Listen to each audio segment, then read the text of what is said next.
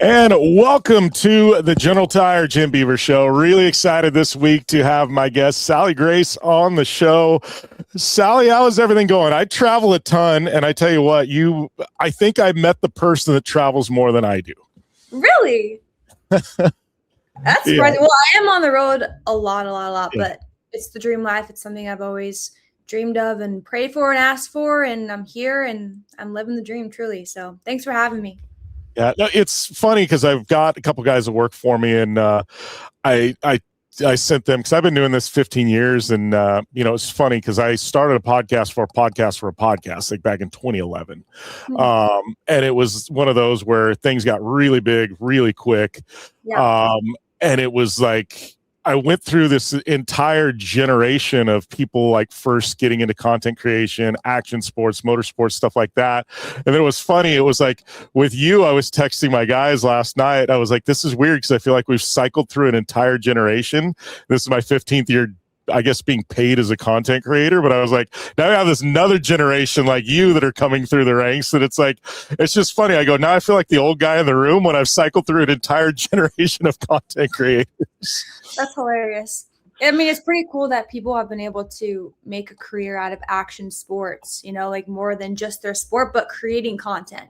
So, it was definitely interesting, like going into this career path and figuring out how to monetize everything, how to do it. And I was like, I'm good at a little bit of everything, like I'm not going to be a pro this, pro that, but I'm the jack of all trades. So I was just able to film it and yeah, it's just a whole new generation of people and athletes. So it's so cool. I guess what was kind of the gateway? Because I've watched your stuff scale over the last year or two, just crazy numbers. Like the scale has been crazy. But I guess what was, because I know you were skating, you were into action sports. This is, you preach authenticity, and you go back and kind of hear your story a little bit, and it truly is authentic what you do. It's just you just figured out how to kind of document your everyday life and what you were doing, right? Yeah, I have always, from a young kid, just been into doing the craziest things, since I was 3 years old, climbing trees and just falling in love with the adrenaline. And, I had my brothers help film me growing up. And then I had other people that I met filming along the way. And they really were just like, you got to really start your social media. So I began it and I just started filming what I do, and it just blew up. So, I'm extremely grateful for that. Yeah. I guess my question is, it's funny because now I look back and, and I look and I'm getting paid to go to all these places, and we can talk about brand deals in a little bit and the things that we're given to talk about. But it's like at some point you look back and you go, wow, how did I get where I'm at? Like I never even in my wildest dreams would have thought things would get to this point. Yeah, it's so crazy. Like, especially if you have your nose down and you're just grinding every day, like filming, editing, this call, this podcast, this work event. And then all of a sudden, you look back and you're like, everything's come to fruition. I've wanted these sponsors. I've wanted these paid trips. I wanted to film all these videos. And then all of a sudden you just have to sit back and you're like, wow, this is all happening. So it did happen fast, but yeah, it's so incredible. Yeah, well, I know it's funny because I had a buddy of mine become one of my closest friends, been a confidant for since the beginning, really. And he didn't need to be. He was just a guy that had accomplished a whole lot in the industry. And I remember like the first year I was starting out and I was just like, I can't get a sponsor. I can't get this. And at that point, we're like selling banner ads on websites and stuff like that. Like it was way early, you know what I mean? And he's just like, Jim, he goes, keep doing what you're doing. He goes, call me in 10 years. And then like 10 years later, it's like, oh, here's like, I've got all these deals across the board and things like that. It was just funny and humorous at the time. But I feel like a lot of people, they get caught up in the making money and the free stuff. And it's like, to me, you have to be passionate about what you're doing. The content's got to come first. And then I think that's when the brands and the followers and the numbers start getting attached. But if you're not behind what you're actually doing, people see through it. I like what you said when you said the content comes first, because, when I first moved to Florida, that's when I started skating. And so many skaters, they're trying to get that perfect clip, the perfect part, 20-minute video they're going to post on YouTube. And they think that's going to have them make it. I mean, you could be a really good skater and get scouted at the skate park, but if you're not filming the content, if you don't have the personality behind the camera, and if you're not posting your mistakes, which they're super like worried about posting their mistakes because they think everyone's going to judge them, that's where they got it wrong, because it's all about the content. So I like what you said there. Yeah, it's about the journey. I'd say tell people everything it's about the journey. And I said I think people get too caught up in the moment to not look at the entire picture of things. But yeah, let's talk about skateboarding. So all this, your whole career, career. What did you do before this? Is the question. So before skateboarding, so I am from upstate New York, and my mom put me in just about every sport: gymnastics, swimming, diving, track, cross country, lacrosse. I don't know if I said tennis, but just about everything like opposite of skateboarding. Yeah. But ever since I was a little girl, I couldn't explain it to you. I had these dreams ever since I was little, riding a skateboard. Like, I saw palm trees behind me. I saw the ocean. Sounds a little corny, but I never had my dad skate. I never had either of my brothers skate. Like, I just had this dream, but no one did it in my hometown. Like, it wasn't a thing. I've never even seen a skateboard other than on the TV, but I had these dreams. And then when I was 19 years old, I moved down to Florida, and it was Christmas. I went to the skate park with my little brother, and I convinced him to drop in, and he broke his elbow. And we were in the hospital on Christmas for him breaking his elbow. But I stuck with it. I dropped in. I made it. I don't know how. You dropped in on your first day? I dropped it on my first day. Holy crap. Hey, that's ballsy. I had to make sure my little brother went first, though. But he broke his arm, and I made it out fine. But, I just moved down to Florida, and that's when I started, like, pursuing all my passions, because you could do board sports and any sport year round. And, yeah, that's where it started. I started filming all my friends at the skate park, making their skate edits. And they're all, like, super encouraging, like, Sallie, you got to go do it yourself. So that's when I started.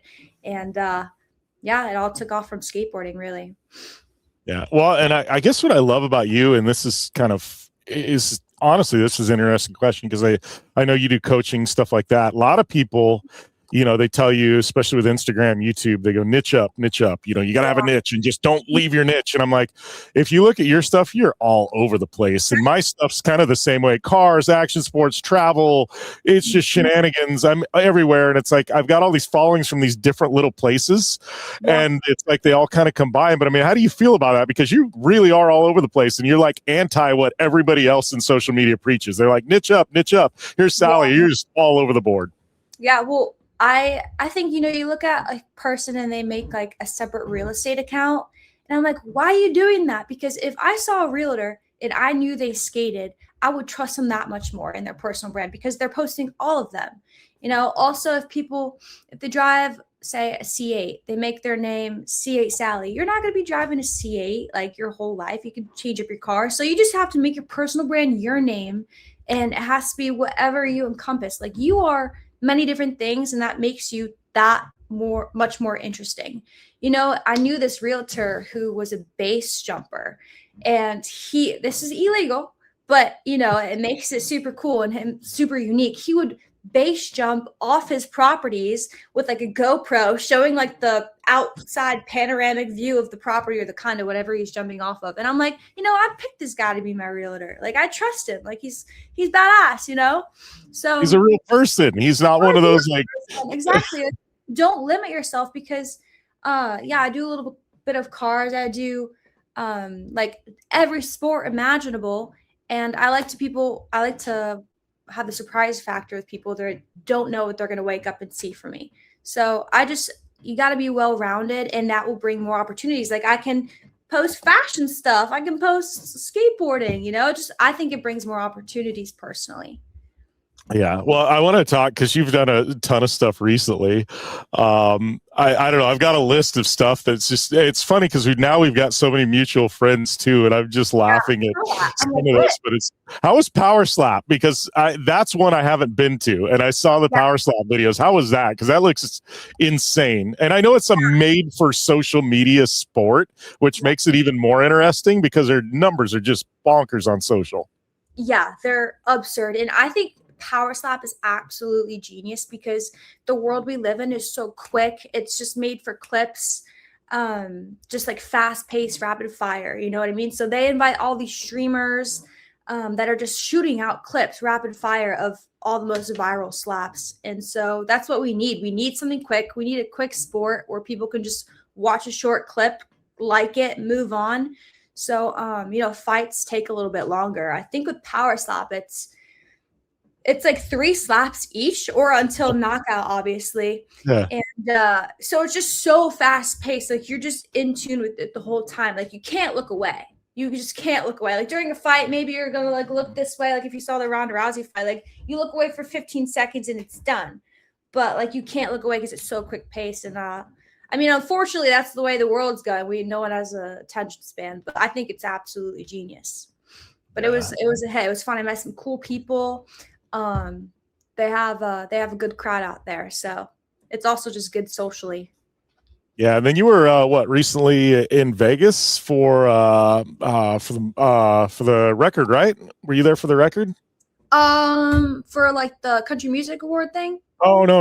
I was thinking no, I know you were with Travis recently, Pastrana, right? That was a power slap. Yeah. Yeah. That was a power slap. Okay. Yeah.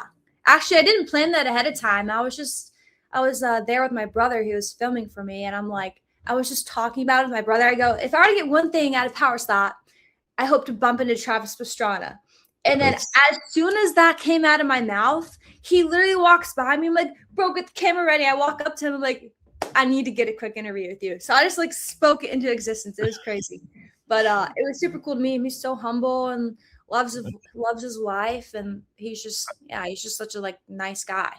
Yeah, I've spent a lot of time with him, been to his property, and we've done quite a few projects together. And I tell people, I'm like, he's one of the most genuine people. I go, what you get on social media and like the excitable Travis, I go, that's him in real life. Like he's not, there's some people that are like made for TV. I'm like, Travis is just that way 100% of the time. That's how it was at Power Slap too. I met a couple people and they were just like so shy, like wouldn't even talk or couldn't make eye contact. I'm like, whoa, this is so crazy. Like, they just turn on when the camera's on. You know what I mean? But I understand, like, I'm not social 100% of the time, but he's exactly how he is in real life as he is on camera. So it's cool. Yeah. So you say you're not social 100% of the time. And I get that too. Cause I tell people I'm actually an introvert. Everybody's like, what? And I'm like, I can be extroverted. And I go, I like people, but then at some point I'm done peopling and I need to just be Jim. Oh yeah. 100%. That's totally me. I'm like, before Power Slap, if you ask my brother who was in the hotel room with me, I was just in bed, like meditating, looking at the ceiling, just doing nothing for 6 hours straight. I was just like, I'm literally charging, like on my bed. And then I'm like, all right, I'm up. Let's do it.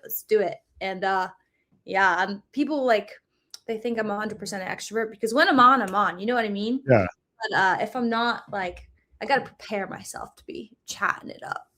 But I had to train myself to be that way. I used to be like, 100% like I have FOMO. I need to be out doing everything 24/7. Then I had to stay in and study, and I had to like reverse train myself. And now I like train myself too hard where I'm like, oh my God, I love my alone time.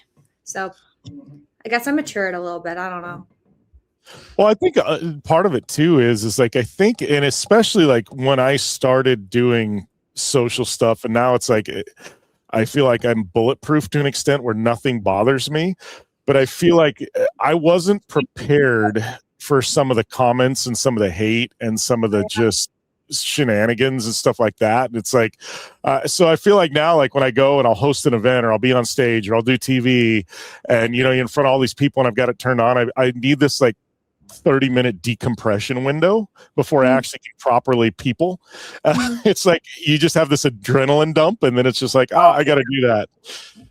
The adrenaline dump is a perfect way to explain it. That's crazy. You're just like, Yeah. But the hate comments is a whole other topic of conversation. It's funny because I get a lot of hate being a woman in like men's fields. A lot of men like to make comments on me, but it's funny because I know I'm cut out for it because it just rolls over my head. Like it doesn't even, like I had my brothers bullying me when I was younger. You know what I mean? So like nothing gets to me. So I'm blessed for that. I feel like I was prepared. But what gets to my mom is the hate comments. My mom, I swear, she reads every single one, and she'll call me up like on the verge of tears. She's like, Sallie, I can't believe they said this about you. I'm like, Mom, I'm not even looking at those. Please stop looking at those. And she will go through Instagram comments, YouTube comments, TikTok. I'm like, this is not good. So some people are cut out for it, you know? Some people are, some people aren't. Yeah. Well, and I think it's got to be really tough for you. And one of the things I've applaud you on is the way you've carried yourself. Cause I think a lot of young girls, and I do a little coaching and managing, and it's like a lot of young girls think the only way to make money online is to have that link in bio. You know what I mean? It's like, you got to go down that because it's that instant money. It's quick. It's easy. And it is, because I've got some friends that have done it and I've seen the dollar amounts they make. And I don't know what they're doing over there because that's just not my deal. But I see the dollar amounts. I'm like, wow, this is real money. But you've kind of gone the other opposite way. It's like, I'm just going to be my authentic self and we're going to see what happens. And I love the way that you've scaled and you're probably making a lot more money than a lot of them that have gone that cheap and easy way. Yeah. Oh my gosh, I have so much to say about this. But from the start, I guess like I'm super family oriented, right? And I just know that I have my grandparents following me. So it's not just me. It's not just for me, but it's also like that's my own personal values. You know, I don't want people to look at me for what they see on the outside, but I want people to I want that to be the last thing people see about me or think about me. Like, I don't want them to know my skills and talents. I want them to know my heart and, you know, my voice. And I always say I wouldn't ever post something that I wouldn't want my grandfather to see, you know? So that is a good rule to live by. But yeah, I mean, it's so sad. It's the world we live in. And I think the platform, I don't know if we can say it, OF, we'll say OF. So there's no, yeah, we can say it. I mean, it's whatever. It doesn't bother me one way or another. So, okay. But I think what confuses a lot of women and young girls is they see these women living these crazy lives, you know, flying on private jets in a different country every week. But they don't know that OnlyFans has taken like top maybe like 20 creators and has blown them up through their platform, through their managing services, and they make all these other girls think that they can do it too. So a lot of women start this link and then they don't have any success, and then they have to revert going back to their original content, and it's like just embarrassing. But also a lot of these women are comparing themselves to literally escorts, you know, who are getting paid to fly around the country, and they're like, I want that dream life. And they go for it, and it's not what they think it is, and it's so short term. So you know, you have to build a brand that is long term. You know, I'm gonna get ugly, I'm gonna get wrinkly one day, and then it's quick, you know, it's quick money. And if you build your personal brand right, where people know everything about you, like all you are, if you're into real estate, if you're into sports, if you're into this and that, and get to know your audience to connect with you on a deeper level, then that will make your brand last truly. So, and then you could pass your brand down to your children one day. You know, when I raise daughters, I want them to be doing the same thing as me. So, yeah.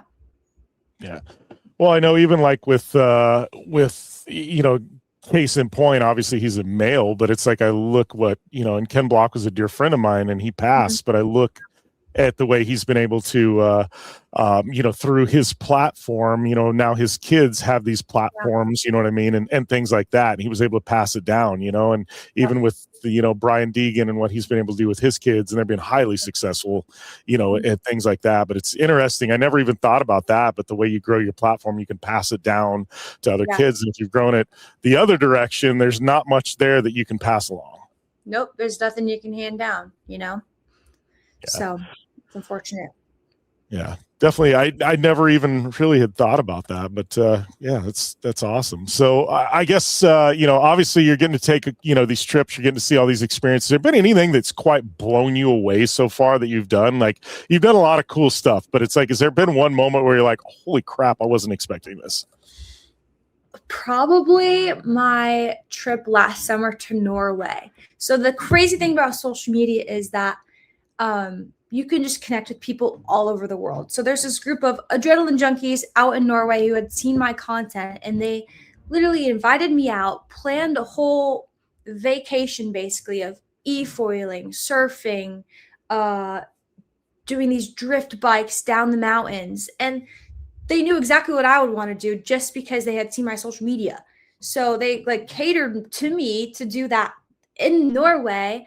And it was just the most incredible thing. It looks like a Hallmark movie. It looks like a computer screen. Like Norway looks picture perfect. The people are incredible, and just getting paid to do what I love. You know what I mean? Like go out there and promote them. So I think that was the most incredible thing I've done yet. And just e-foiling on the fjords with the mountains in the back, and knowing that if you fall off, a killer whale might eat you.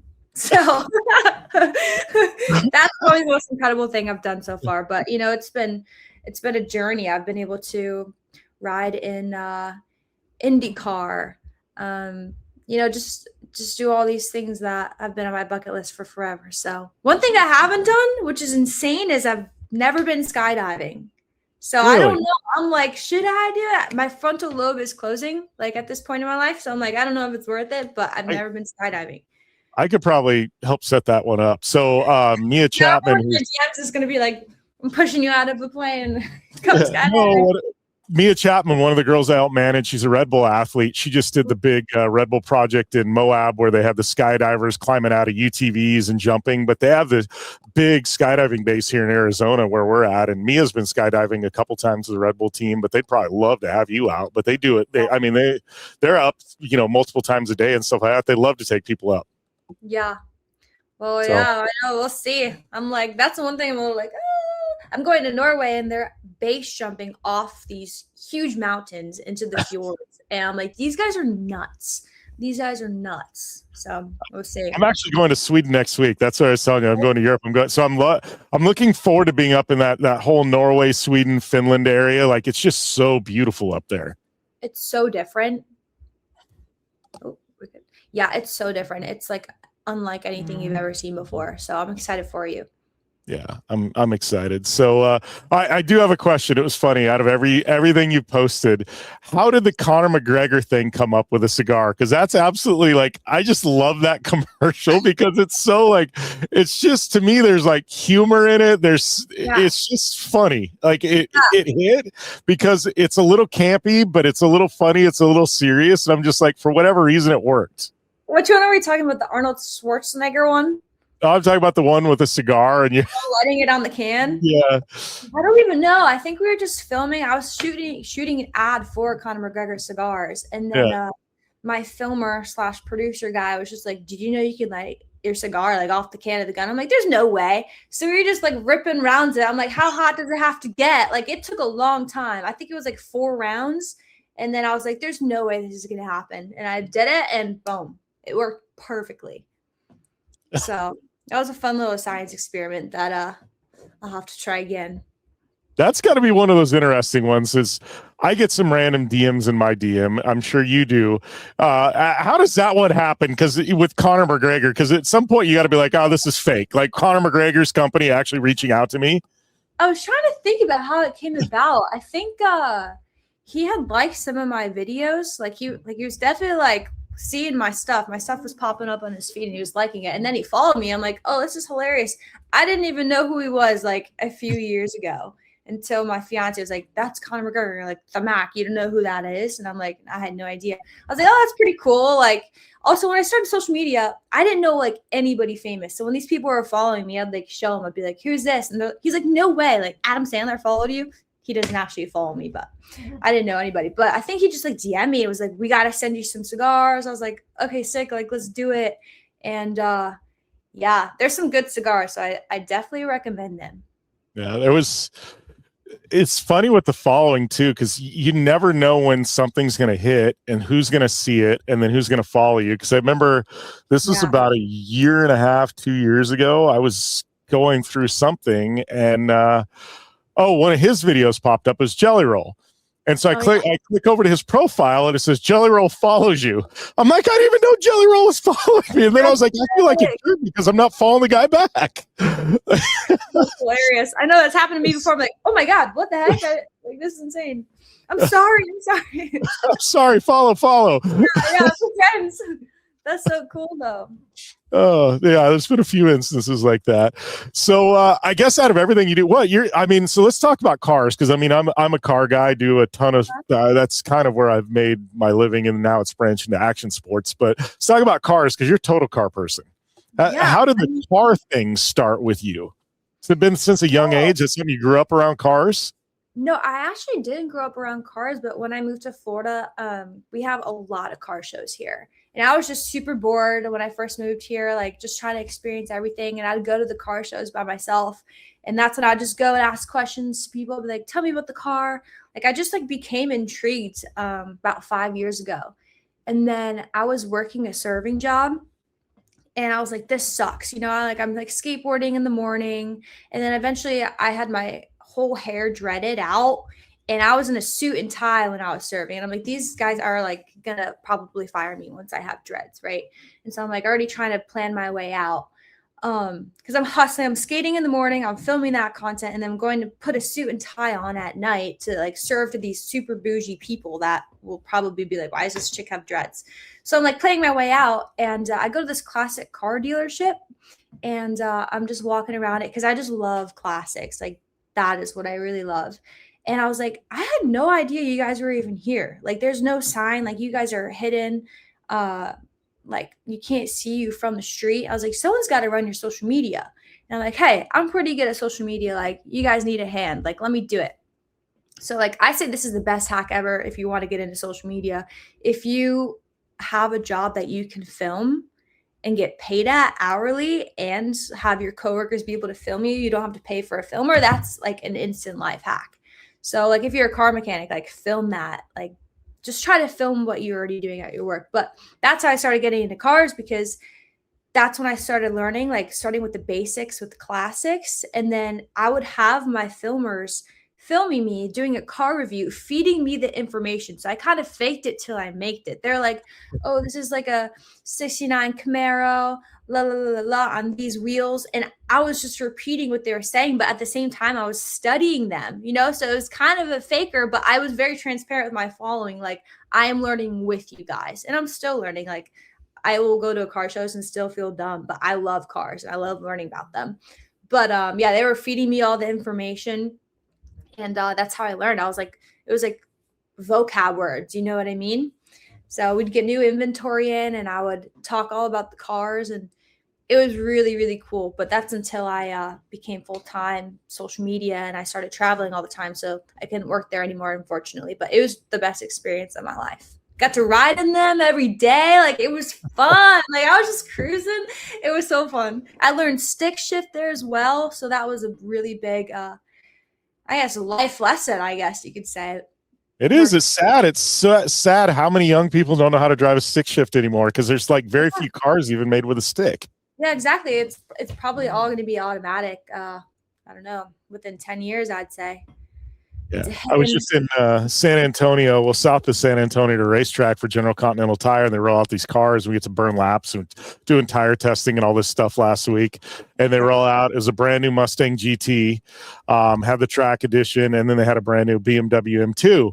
And I immediately jump in both of their automatics with the paddle shift. I was like, oh, I'm so sad. It's not a stick shift. Are you serious? Yeah. That's a disgrace. Yeah. Well, I think they also do testing where they bring in a lot of like tire dealers, stuff like that, and let them see the difference in tires. So I'm sure that a lot of those, they're not into stick shifts and they're just there to have a good time and see tires. I was there to actually just burn laps and do shenanigans. So yeah. Oh man, I would have cried if it was automatic. And I hopped in there. I will say, because I'm a Ford guy and I've got a Ford contract, I don't get to drive a lot of other stuff. But I hadn't really been behind the wheel of a BMW in a very long time. Holy crap, the M2 is fun. Yeah, I've been watching a bunch of videos of them recently. I'm getting tempted. Can't look at Facebook place. Well, and then I saw the price, and I'm like, well, this is a real problem when you see the price tag, and it's not bad. And I'm like, oh, no. Yep. Mm-hmm. I was like, this could be a problem. But you just got a Hellcat, right? I just gave away a Hellcat. Okay, gave away. I had it for a little bit and then gave it away. But yeah, I'm building out this company called Finley Motors with my fiance, and we run car giveaways through there. So We haven't had a car giveaway this month, but I gave away my C8. We've given away a Jeep, Hellcat, bunch of trucks. So that's fun too because we just get to whip around the car, film content with it, and then give it to a follower. So that's a really good time. So, question for you, because I know my friend Lacey Blair, she's given some away before too. How does that work? Like, do you really see a big increase in like followers, engagement, stuff like that when you give away a car? Yeah, it's all about how you set it up. If you say like to win car must follow this page, comment, they're kind of locked in, and also like the content that you create, you got to create so they're not going to want to miss out, and you have to make a deal so they're not going to want to miss out. So it's all about the how you market it, really. But a lot of people do car giveaways and unfortunately fail because people are too scared to push in people's face. Like I'll run 3 ads a day, post at least 1 or 2 videos about it a day on my story constantly. And people are scared to push, but everyone's selling something. So you might as well sell them that in what you're selling. So yeah. I just asked because I've did a project last year with Ford, and it was on the Mustang Mach-E. It was a rally. And so I did a full build out. I went to all these Electrify Expos, did some viral videos, and like January 1st of next year, I own the car, per my deal with Ford, but I can't get rid of it until January 1st next year. I'm like, do I sell it? Do I give it away? What do I do with this Mach-E that's just fully built out? It's an amazing car, but I'm like, what do I do with it? So that's like my dream partnership right there, is working with Ford. I'm a Ford girl. I'm like, I like it already. One day I'm gonna get there. I will. You know what? We'll have to. There's actually a really fun event in the fall that I host for Ford. It's called the Raptor Rally. It's in Lake Havasu, which is not far from me. They bring in all the Ford off-road cars and stuff like that, and all these Raptor owners, and just go and romp around in the desert for like a day or two. Yeah, I will. That's some off air we'll talk about. That would be a fun one to have you out, and you just get to romp Raptors and Broncos and just have fun. Oh my God. I think that's gonna be my next car. I want to get a Bronco and just build it out, make it like Barbie pink. I'm in the process of my Bronco Raptor build right now. I just got a new Bronco Raptor a month ago. That's what I want. That's what I want so bad. But how is it? Awesome. So I had the original Bronco. Well, I actually had a 96 way back. Sold that because some guy wanted to pay too much money for it, and I hate that I did. Then I got the new Bronco when it came out, had that for a year, built one out, sold it, bought a Bronco Raptor, built it out exactly like I wanted. Somebody walked up and offered way too much money, so I sold that. So now I'm on to my 3rd Bronco in the last like 4 years. Wow. What I like about the Bronco Raptors is they're just like, they're already like, they've got a nice lift. They're wide. Like they are badass built cars. Like so nice. But you don't have to do anything to them. That's the thing. Yeah, like you really don't. They're built out. Like they're. I don't know what you need to do. Yeah, the engine's already like, it's a bigger engine. I'm telling you, if you buy one, just get a Bronco Raptor. Yeah. Okay. You're tempting me. But so when you get a vehicle, you say someone bought it for too much. Do you post it like on Facebook, or do you post it for like a high price? And if they, are willing to pay that, you sell it? Because that's what a lot of my builds. Yeah, a lot of my builds, I build them because that's kind of what I do is content creation. I do car builds, and I go out and go to Moab and do all these cool things with the cars, and they go to all these shows, things like that. So a lot of times and same thing with Kawasaki with my side-by-side builds I do with them. I'll get people that'll see them at a show or something. They'll just walk up and they'll be like, how much? I'm like, it's not for sale. No, how much? And I'll just throw some stupid number out there, and they'll be like, okay. And then I'm like, well, damn, I guess I just sold my car. Oh, that's hilarious. So it's like the Mach-E's the one where selling, but there's always a price. There's always a number someone will sell for. There is. There's always a price. Everything's for sale for a price. Well, exactly. Not everything, but I lost my train of thought. I was going to ask you about something, and then we went down a rabbit hole, and I can't even remember what the question was going to be at this point. What's your dream car? What's that? What's your dream car?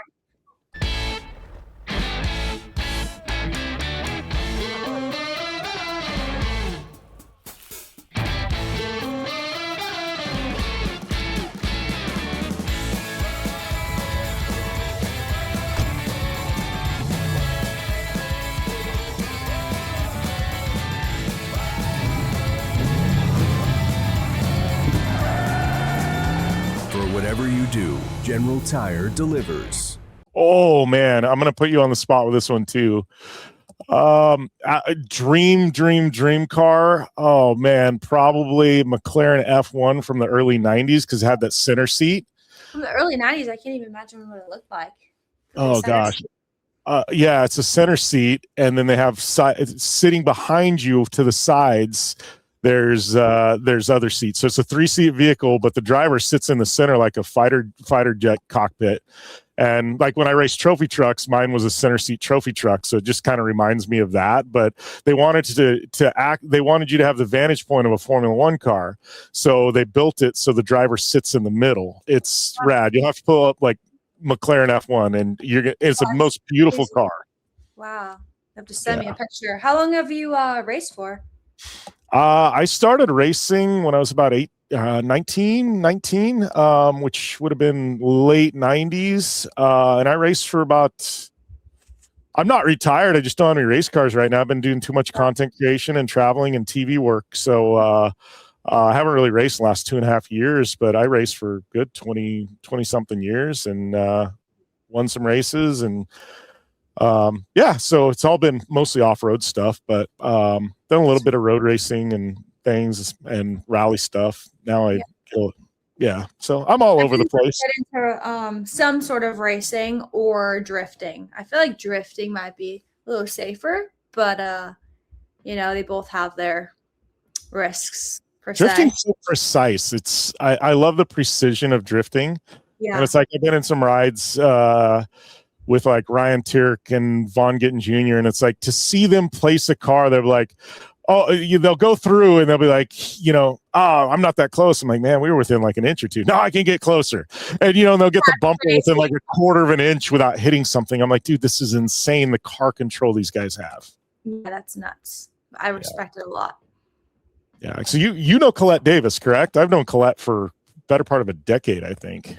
Yeah. Well, we've been following each other in socials for a little bit, and then we met up at Freedom Factory because that's not too far from me. Okay. We hung out there for the first time, and we just keep in touch. But our schedules are so busy, we're trying to hang out. But if you want successful friends, they have to be busy friends. Those busy friends are good friends. So she's such a sweet girl.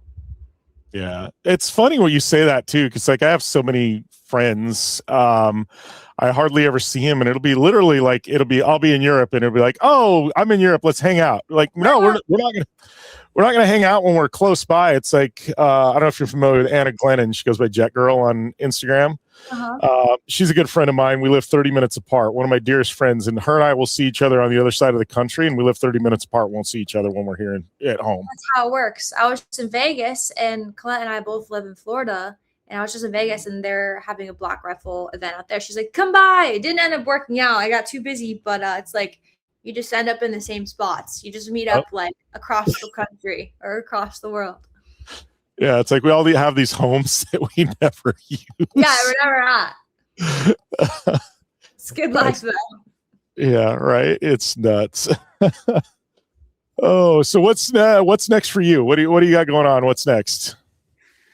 What is next? Well, I kind of fell a little bit into the interview scene accidentally. I just was interviewing at Dirty Boxing. I attended last year, I think it was, and I was just, filming how I do, and a ton of my clips just blew up. I met John Jones, and those videos blew up. I was just like, I shook his hand, and then after I shook his hand, I'm like, I've never felt a more buttery soft hand in my entire life. And like John Jones is like the last person you'd expect to have buttery, soft, smooth hands. And I'm like, he made my hands feel manly. So like I just filmed a bunch of content there, just being myself, and it blew up. And they're like, hey, come by to the next Dirty Boxing and film some content. And then they were like, all right, we're gonna have you interview all the fighters. And I'm like, all right, sick. I've never done that before, but like, let's get it. And those videos did really well, and now I just have all these other opportunities to travel around the world interviewing people, so that might be the next thing for me. But I've always got some sort of plan. I just am always doing sports, always filming it, and I just learned how to wheelie on my quad. My wheelie videos, I learned it in like 30 minutes. So yeah, just keep filming my life, really. Yeah. I think it's funny too, because it's like I have a yearly plan every year. Okay. I think I'm gonna do a car build. We're gonna try and have it done by this.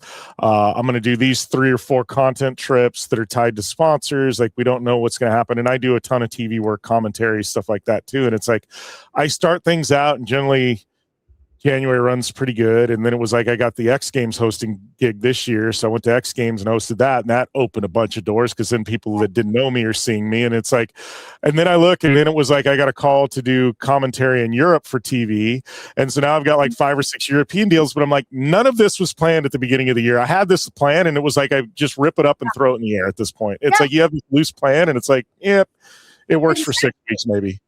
Exactly. I have like probably the same thing, like 4 big events that I know, like January, like this is what's going to happen throughout the year. And I don't even want to fill in my months with like tons of like my own personal trips, because I do this one event, I meet these people, and I'm invited to the next thing. And then it's just like keeps going. So you can only have so much of a plan, but it's just like the world of opportunity, like being on social media is just endless. I'm like, oh, I never knew I was going to be like a fighting interviewer. And that wasn't in my 2026 plan. Like, I had no idea. So like, I just hold my plans loosely. I mean, I know I want to get into real estate. I want to buy a property this year. I want to flip. I've got my own tentative plans, but who knows where the social media world is going to take us. Let's say, it's like, it's so cool. So I'm just super excited. Like, I just wake up so excited every single day. I go to bed like I can barely sleep most nights, because I'm literally just so excited. So it's a good feeling. And I'm there with you. And it's funny, because I'm 15 years into this journey, and it's like I feel like this is like I haven't even peaked yet. It's like just every year, but it's like I love, and people don't understand how much I love waking up at 6:30 in the morning and opening my Instagram DMs and my email just to see what popped in overnight, because I'm like, it's like a kid. It's like a kid at Christmas. Sometimes you never know what the hell's going to be there. Every morning, I'm like, yo, I just got this email. I just got this invite, and it's so cool, because it's like I'm opening a present every day. That's what I say. Yeah. That is hilarious. Yeah, it's and people are like, you get so excited. I'm like, because it's exciting. I never know what's going to be in there. Yes, exactly. And before social media, like, I was a happy person. I had fun at all my jobs that I've done in the past, but it's like I am like the happiest I've ever been, because like you have gifts, I have gifts, and we're able to use all our gifts through this work, But it takes a lot of faith, because when you're your own employer, it's up to you. So you have this constant pressure on your chest. Am I doing enough? Did I do enough today? Like, how can I set myself up for success for tomorrow? So it definitely is stressful being your own boss, but it's very rewarding building your own empire. Yeah. Well, and I tell a lot of people, I go, one of the stressful things is, they said next year's not a given. I go, it's never, especially with me with contracts, things like that. Sometimes they're multi-year, but I go, I don't know that I have a job next year. I mean, I know I have a job next year, something will pop up, but it's like, you don't really know, and there's that. And it's just, there is kind of a little stress. And it's like, if you don't want to do something, you don't have to, but then at the end of the day, you're not moving forward either. And the other thing I tell people is like, you always have to have a second and a third backup plan. I go, like, I go, if this doesn't work out, I've got 2 or 3 things. And they're like, because I feel like you're a little bit like me. I mean, I've got radio, I've got TV, I've got all the car builds, I've got, the endorsement stuff, but then I've got some consulting work I do, and, some management work that people don't even know about. And it's like, I've got all these little profit centers that end up being a big profit center, but it's like, if one of them dries up, I've still got 4 or 5 that are going to work out. Yeah, you got like 10 streams of income, right? Yes. It literally is like that. I've got the esports thing. It's like, there's like 10 streams of income. And if one dries up, and I tell people, I'm like, don't have one stream of income. If you have one stream of income, you're setting yourself up for failure, because that goes away. And it's like, yep, you need backups. Exactly. Yeah, I think most people that do social media or some sort of film have at least 4 sources of income, So, tomorrow's not promised for sure. So, always have backups. And your sponsors aren't going to take care of you forever too. So that's why you also have to build your own brand for yourself, because sponsors, a lot of them are some of them can be lifelong or multi-year, but you have to have your own thing going too. Protect your own butt. It's funny you say that, because it's like this whole misadventure thing, like that happened like 2-3 years ago. I bought an activation trailer from Rockstar Energy, and had all these clothing brands reach out. Hey, we wear our clothes. We'll give you $1,500 to do a post or whatever it was at the time, and all this. I'm like, why am I growing all these other brands? So I was like, bought an activation trailer, started a clothing company. We're going to all these events. I'm like making more money selling clothing now than I was through all the brand deals that I was getting, the one-offs. Hey, we'll send you a swag package and a couple grand, or whatever it was. It was just build your own thing. The worst is when someone will just like message you and say, hey, make a post for free. I'll just send you a hat. And I'm like, bro, I didn't build a whole social media platform just to like do this for free. Come on. It's like a smack in the face. But I mean, I get it. If I had a brand startup, I'd do the same thing. But I'm like, come on. Like if it was a friend, yes, but it's like a complete like stranger brand, like trying to get me to rock their stuff. I'm like, come on, at least throw me a little bit of cash. Come on. Well, and it's like I tell people, I'm like, don't sell yourself short, because gosh, the worst ones are when you get the brands and and you get in this thing, and then it's like, oh yeah, we'll give you a coupon code and we'll give you 25% of your sales, whatever. I'm like, I'm out. Affiliate. I know. I'm like, I don't have time to be pushing this stuff. I'd be pushing my own brand. Like, if I was an affiliate for your company, I'd make my own hats. You know what I mean? Yeah, I'm like, I tell people, don't fall into the affiliate trap and stuff like that. It's just, and find sponsors that take care of you. Oh, lost you.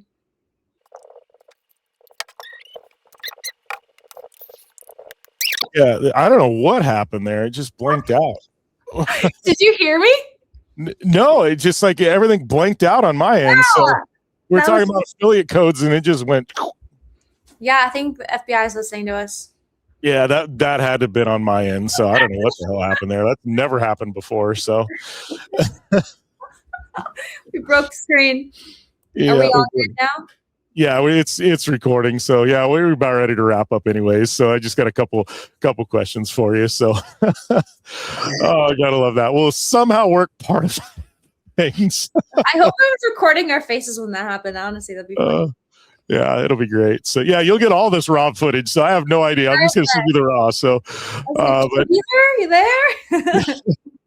So yeah, those of you tuning into the YouTube video, I don't know what's going to make the edit here, but yes, we just crashed, and Sallie was talking to dead air for a minute, I think. So happened on my end. Dead air. Oh, so I guess wrap it up. I got to go back to the car question though. Dream car. You asked me, I didn't get to ask you.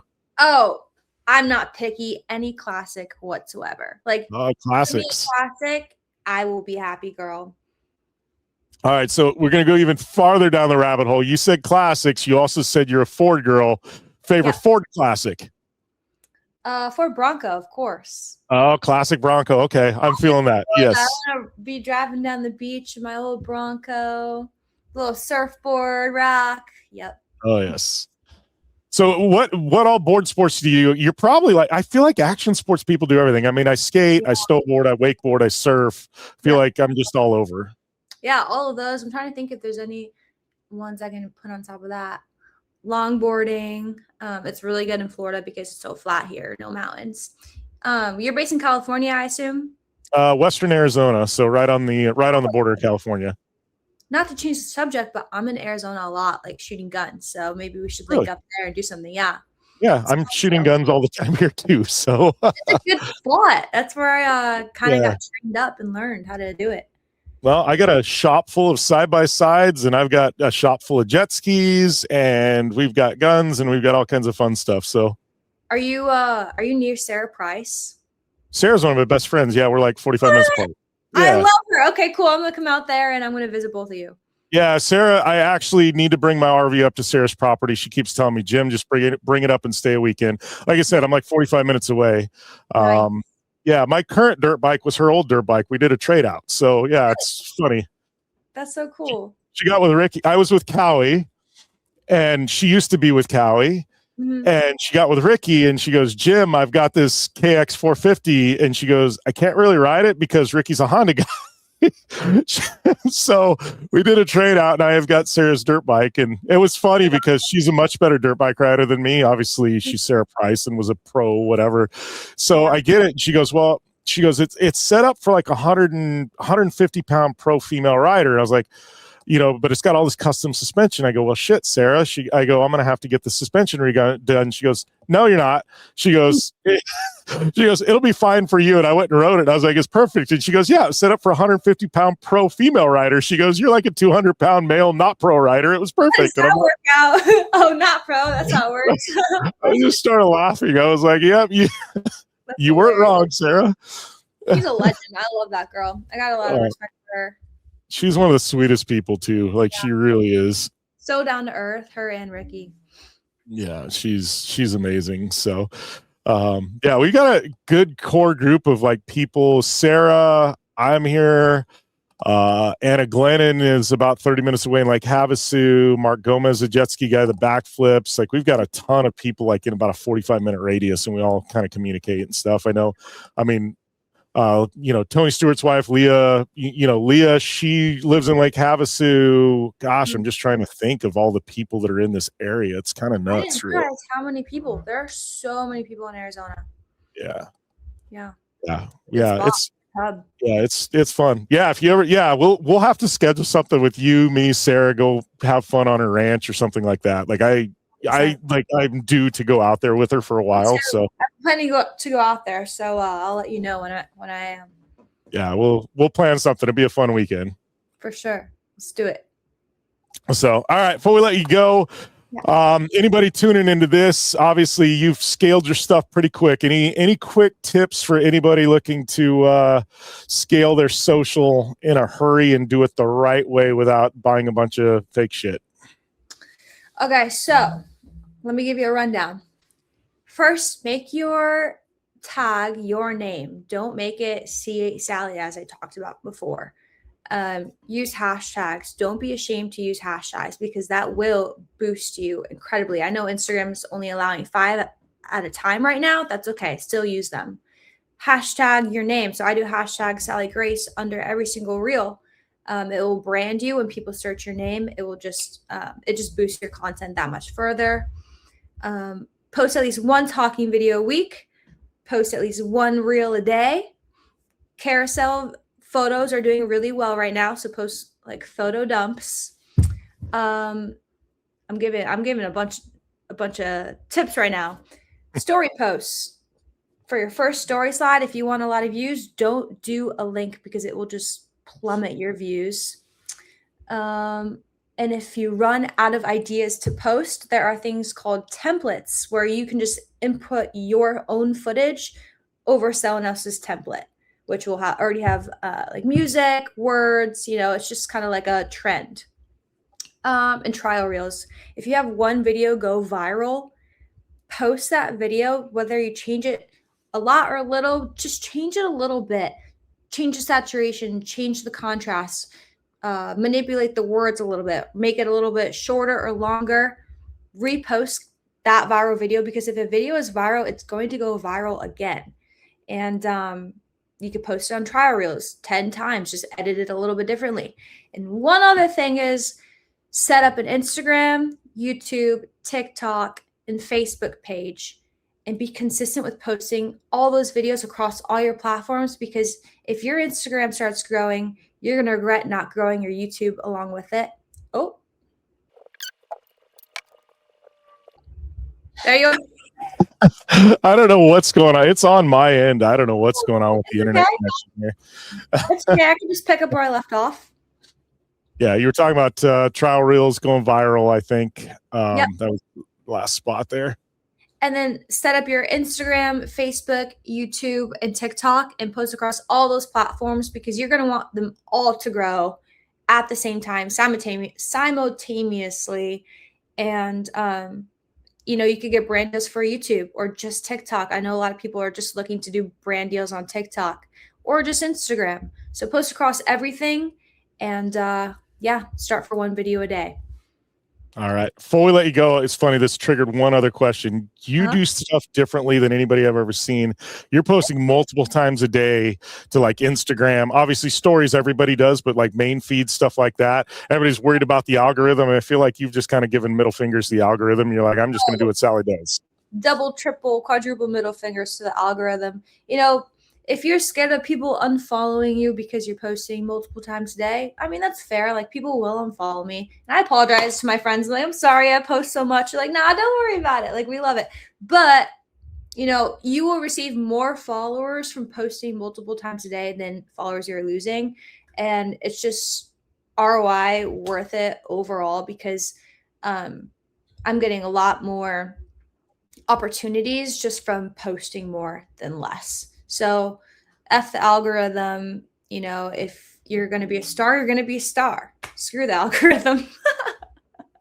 I think that's a perfect way to end this. Yeah. Sallie, I appreciate you taking the time. It's been a hell of a lot of fun. Thank you, Jim. I appreciate it.